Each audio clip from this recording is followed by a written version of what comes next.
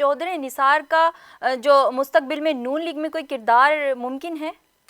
دیکھیں بات یہ ہے کہ چودھری نثار صاحب کا یہ وہ ساری چیزیں ہیں جو آپ سوال کر رہی ہیں، جس کے بارے میں ظاہر ہے کہ ہم ایک اپنا انالیسس ہی دے سکتے ہیں. خبر ہمارے پاس اس حوالے سے کوئی نہیں ہے کیونکہ یہ چیزیں ایسی ہیں، کیونکہ آپ دیکھیں کہ حالات بدلتے رہتے ہیں. اب نون لیگ میں بیٹھ کے سارے مفاہمت سے کسی کو آگے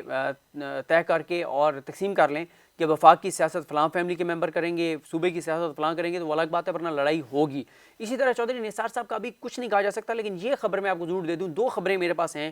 ایک تو میرے پاس خبر یہی ہے کہ نون لیگ کے ایم این ایز جو ہیں وہ چودھری نثار صاحب سے بہت زیادہ رابطے کرنے لگ گئے ہیں، سلام بھجوانے لگ گئے ہیں. ان کو یہ لگتا ہے کہ جب شہباز شریف صاحب آگے پارٹی کو ٹیک اوور کریں گے تو چودھری نثار ایکٹیو ہو جائیں گے، دوبارہ وہ شہباز شریف صاحب کے قریب نظر آئیں گے، دوبارہ اسٹیبلشمنٹ اور شہباز شریف صاحب کے درمیان وہ برج کا کردار ادا کریں گے، اور وہ تمام درباری تبلچی خوش آمدی ڈرم بیٹرز جو کہ